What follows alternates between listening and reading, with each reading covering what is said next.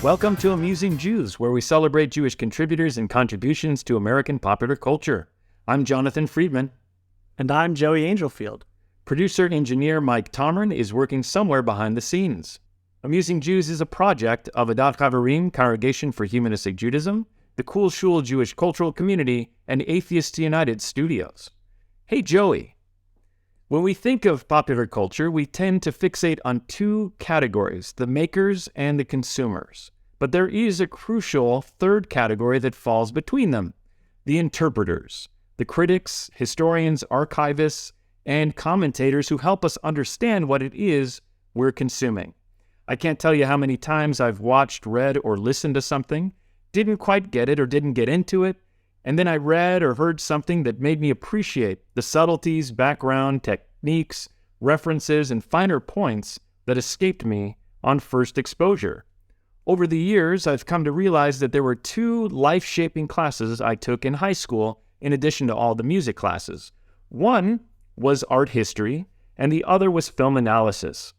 Our guest today embodies the best of these interpretive disciplines. Dr. Reba Wissner is Assistant Professor of Musicology and Coordinator of the Public Musicology Undergraduate Certificate at Columbus State University in Columbus, Georgia. An expert on music in 1950s and 1960s television, she's the author of A Dimension of Sound, Music in the Twilight Zone, We Will Control All That You Hear, The Outer Limits and the Aural Imagination, and Music and the Atomic Bomb in American Television, 1950 to 1969. She's also co-editor of Music in Twin Peaks, Listen to the Sounds, and is currently working on a collaborative book and database project called Cues and Contracts, Music in the American Television Industry. Reba, welcome to Amusing Jews. Thanks for having me. Reba, you've done a lot of work on the Twilight Zone, Outer Limits, and other classic sci-fi and fantasy television. These aren't necessarily shows you were brought up on, or maybe you saw them in reruns. What drew you to this era and genre? So when I was a kid and I was living in New York City, we had WPIX, which was Channel 11 back then, and they used to always show the Twilight Zone at I think it was 6 a.m. or something. Of course, I was a kid. I was obnoxiously awake early. And my parents always had it on. And I just fell in love with it. I was really, really kind of drawn in by all of the things, that you look at a lot of episodes of the Twilight Zone and you immediately think ooh, that's got to be scary for a kid. But I also think I wasn't your average kid in many ways.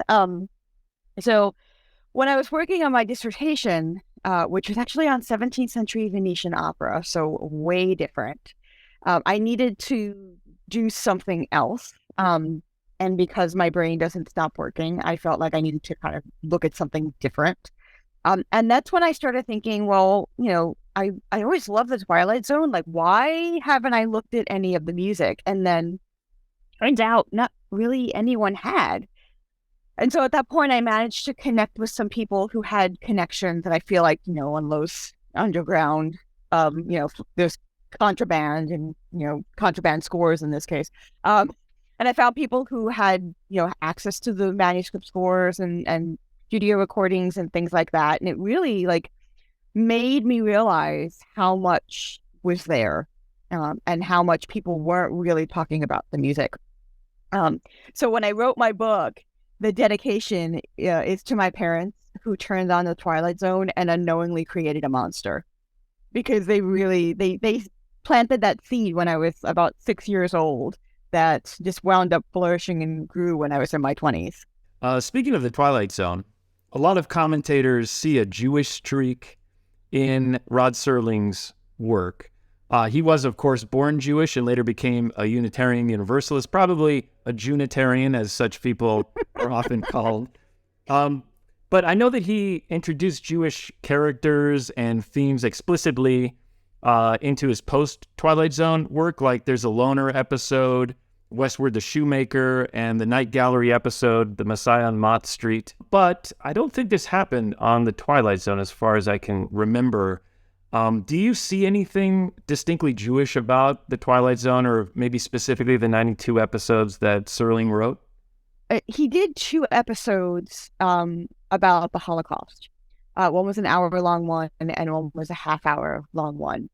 And both of those really honed in on the aspect of genocide, specifically Jewish genocide. Death's Head Revisited, the half-hour one, for those who may not have seen it or don't remember it, it's the one where the Nazi goes back to Germany and goes back to the camp to relive his youth, and the ghost of one of the Jews that he murdered was there and basically made him go crazy. And then there was another one, an hour-long one with Janice Hopper, where he had a neighbor who was Jewish, and he was saying, I've seen this before. He was in Germany at the time, and he wanted to try and stop him, and he wound up killing him as well.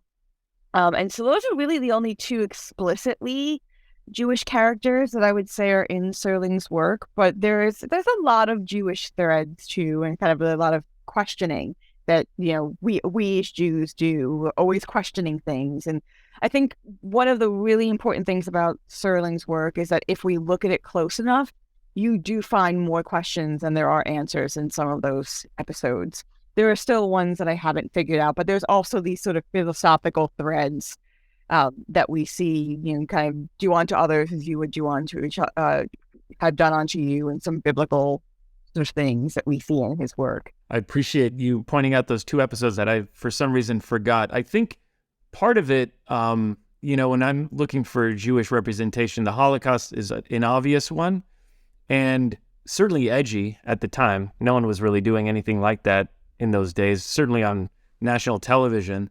But that almost seems like an easy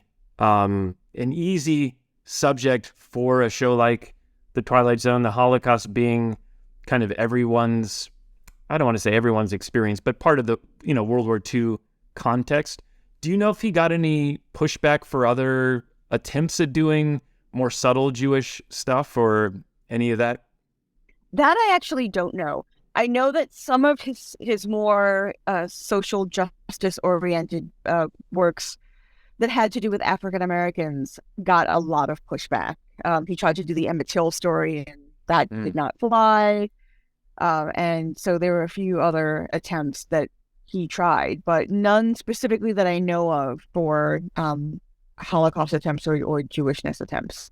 To segue a little bit, I've learned a lot from audio commentaries on DVDs and Blu-rays. You had the opportunity to do commentaries on 8 episodes for the Outer Limits box set. Can you tell us a little bit about how you prepared and recorded those commentaries? Yeah, so those were interesting for a variety of reasons. So if you've never seen an audio commentary DVD, usually it's just the episode with no sound and then someone talking over it. So there's a few challenges with that. One is that if you have an episode that's supposed to be like 52 minutes long, you have to essentially try and keep that going for about 52 minutes and kind of sync things up where you can. So it's a lot more in detail than you would have for, say, maybe an article or a book. And that, for me, was challenging, is to get all of the information that I wanted to get in a very palatable way for people, but also not feeling like I was droning on. I did that also for a few episodes of Night Gallery. So same thing. And Night Gallery was also a special challenge because you had these different segments. And some of the segments were like, I think there was one that was like 3 minutes long. And one of the segments was like 25 or 30. And making sure that I'm not like talking more about the first segment into like that 30-minute one and then carrying over was really challenging.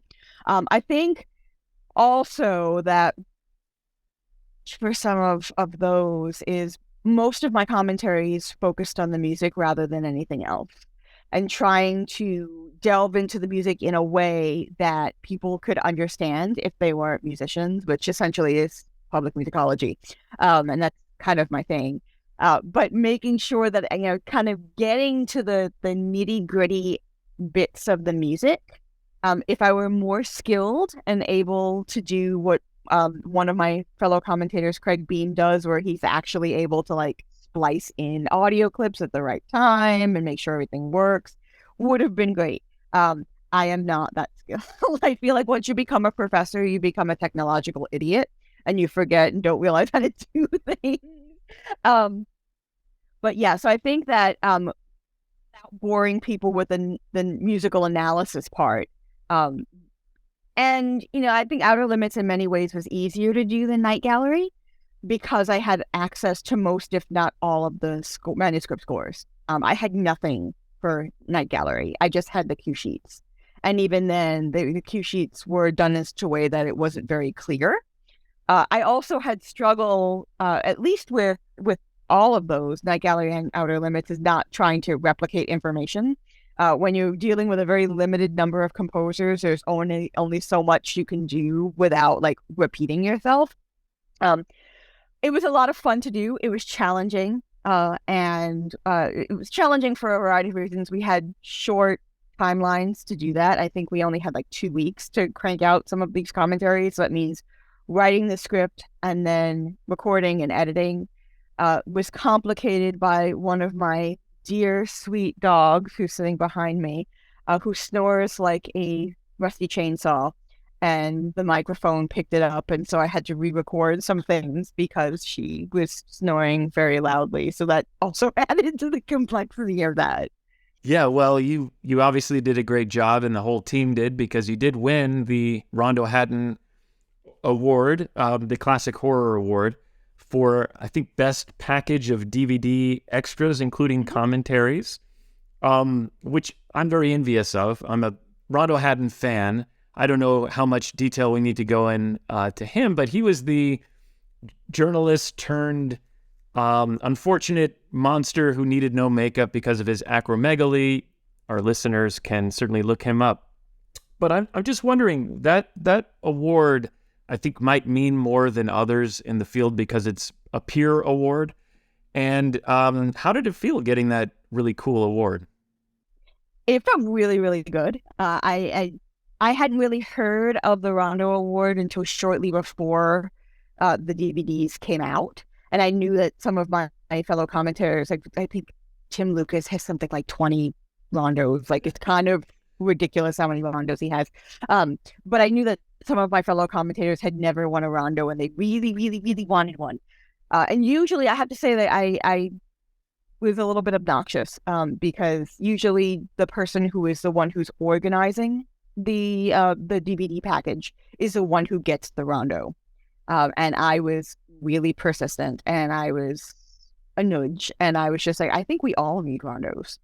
And they actually got the Rondo people to give all of us Rondos. So I have the Rondo on my desk on campus, which is certainly a conversation starter when students see like his head on my desk. Right. But yeah, it was definitely, it's one of the more meaningful awards that I've won in my career. Yeah, it's very cool. The shows that you've studied, like The Twilight Zone, Outer Limits, and Twin Peaks, all have distinct musical flavors. In your view, how much of the success of these shows can be attributed to the music? I think a lot. Absolutely. Even if you just go online and on social media and you find fan pages and fan groups for many of these, like, so much of the conversations will revolve around the music. We see that especially with Twin Peaks, with Badalamenti's music. And then when we get to The Return, the kind of little bits of other people's music in there as well. And I think that, and I tell this to my students all the time when I teach film music, like, all you really need to do is turn off the sound when you're watching something, and you realize how meaningful impactful the music is on that scene without it. And usually they look at me like I'm out of my mind, and then I play the shower scene as Hitchcock wanted it without Herman's music, and then I play it with Herman's music, and they're like, oh yeah. And so I think we often don't think about how important the music is. And, there are moments where I'm listening and I'm just like, this would not be a choice that I made. And because it's counter to what we see. One of the really interesting things that I've embarked upon in doing my Outer Limits work is trying to track down the music for the Outer Limits. And fun fact, most of the music for at least the first season was not written for the Outer Limits at all. It was written for a Western called Stony Burg. And so coming back and coming from the Outer Limits and being familiar with the scores, and then going back and watching the Western and the music in its original context is very, very odd. because it sounds very supernaturally and spooky and everything you'd imagine for the Outer Limits, but now like in a rodeo context. And even, just thinking about contextual things with music, I have a hard time sometimes watching things like Perry Mason because I hear the Twilight Zone music in there and immediately my brain like goes there. There's a really strong association, I think, with music and visuals.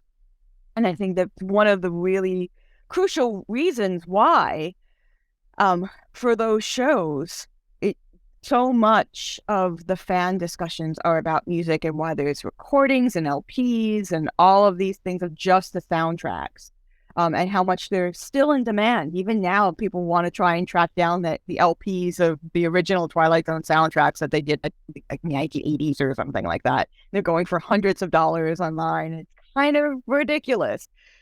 But yeah, I think that the choice of composers, especially for Twilight Zone, with the ones that were writing the music, was really spot on.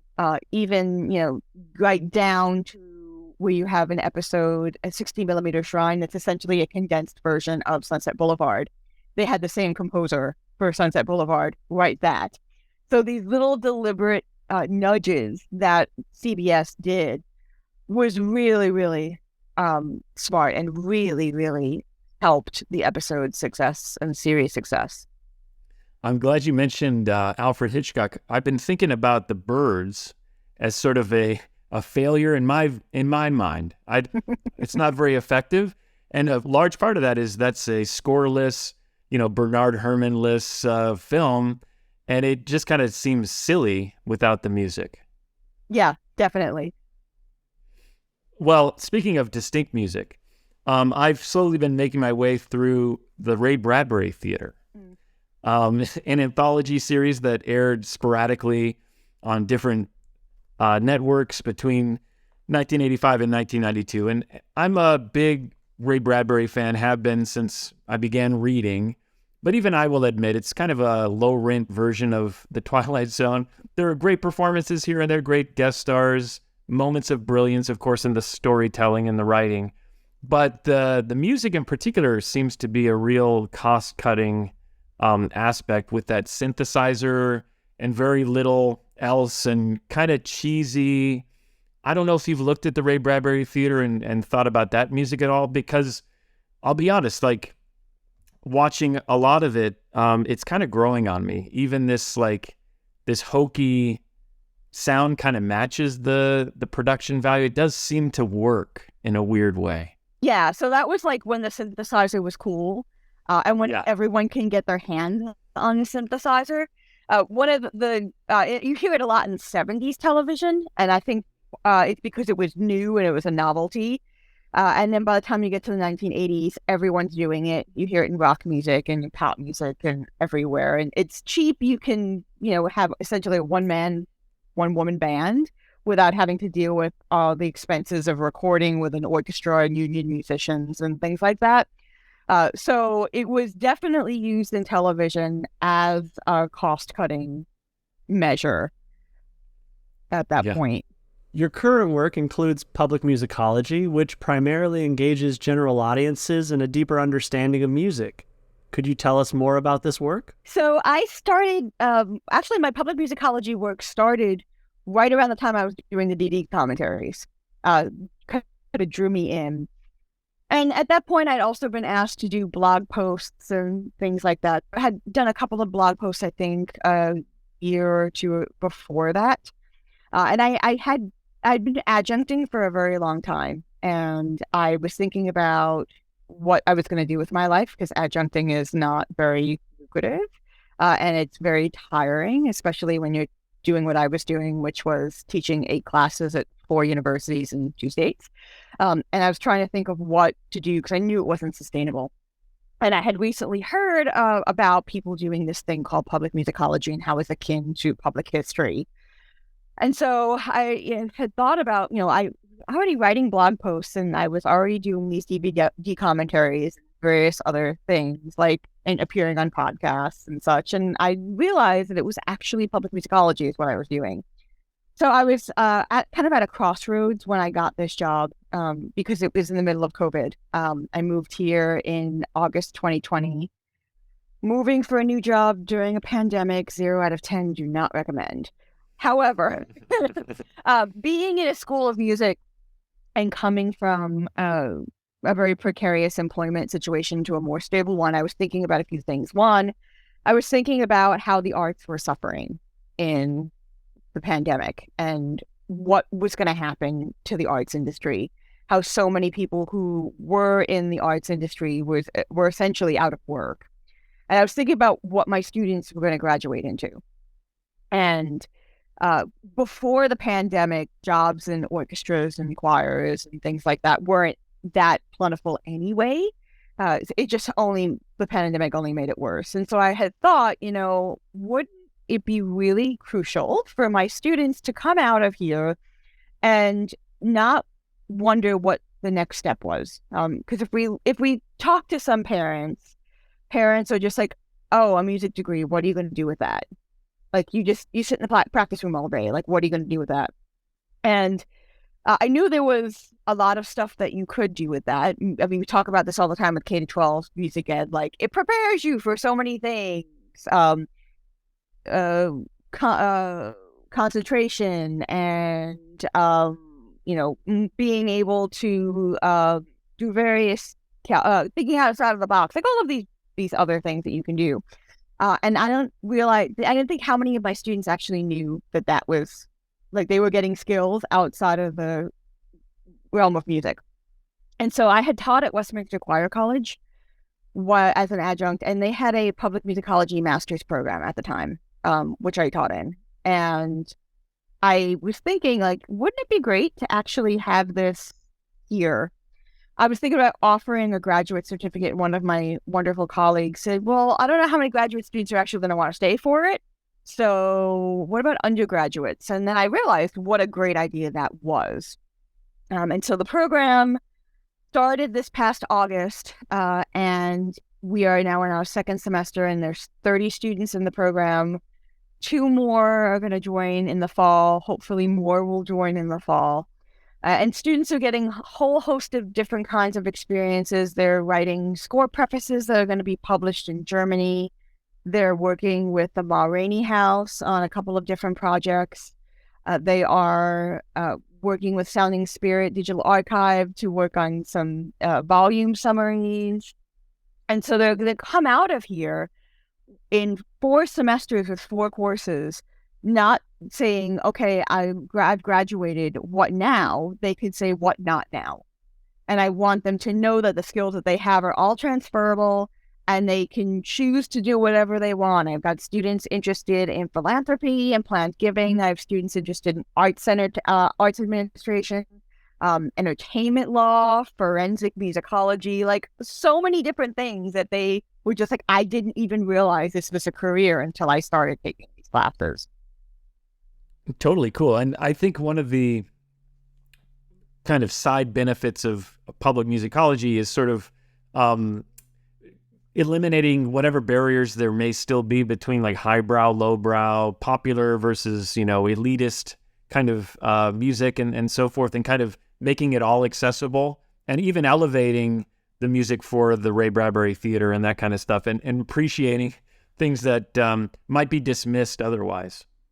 Yeah, it's interesting because when I was teaching the intro class last semester, I save a few weeks toward the end of the semester, and I call it student choice. And I give them a whole slew of things that, these are things that we can cover if you want.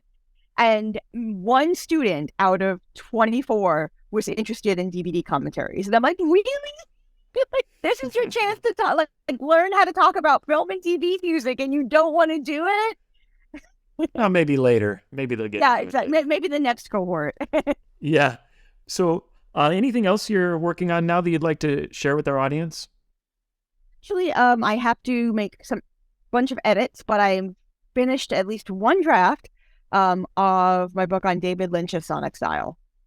So it's really cool. Exciting. So the hardest part, I think, of writing that book is to try and write about David Lynch's sonic style in his films and television shows in 50,000 words, including footnotes.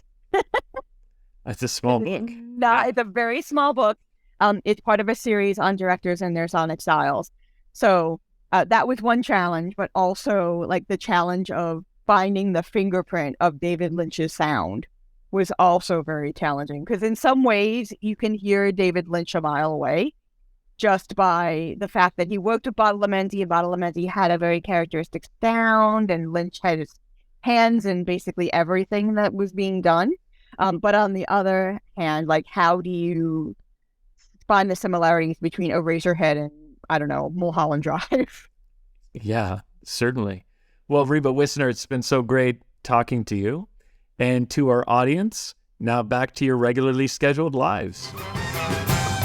Amusing Jews is here to amuse you. If you like being amused, go ahead and click like and subscribe.